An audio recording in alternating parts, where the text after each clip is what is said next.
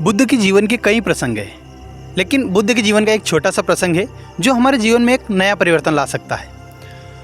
हम अपने दुखों का कारण स्वयं खुद ही है।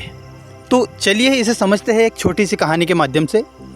एक समय की बात है, बुद्ध एक नगर में भ्रमण कर रहे थे, लेकिन वहाँ के जो लोग थे वो बुद्ध के विरोधी थे।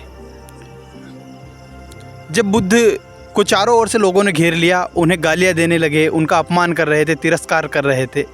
बुद्ध जो है कि चुपचाप वहाँ पर खड़े होकर सुन रहे थे।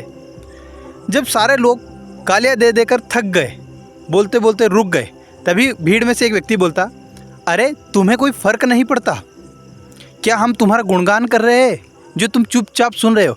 तभी बुद्ध जवाब में कहते हैं कि भाई देखो, जो तुम गालियाँ दे रहे हो, मैं जब तक इसे स्वीकारूंगा नहीं, यह मुझ तक कैसे पहुँचेगी? निश्चित ही ये गालियाँ तुम्हारे ही पास रहेगी। अगर आप मुझे मिठाई लाकर देते तो मैं उसे स्वीकारता, उसे खाता, लेकिन ये निश्चित गालियाँ है तो मैंने इसे नहीं स्वीकारा, इसलिए इस पर, इन गालियों का मुझ पर कोई फ़र्क नहीं पड़ेगा। तो दोस्तों, मैं उम्मीद करता हूँ कि जो इस कहानी की जो सीख है वो आपको समझ में आ गया होगा कि इसका आशय क्या है। इसी प्रकार हम अपने दुखों का कारण स्वयं खुद ही है। जैसी हमारी भावना होगी वैसे ही हमारे विचार होंगे, वैसे ही हमारा सोचने का तरीका होगा। उसी के प्रकार से हमारे दुख का भी निर्माण होता है।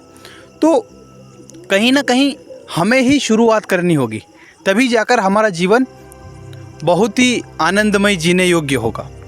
मिलते हैं एक नई कहानी के साथ। धन्यवाद।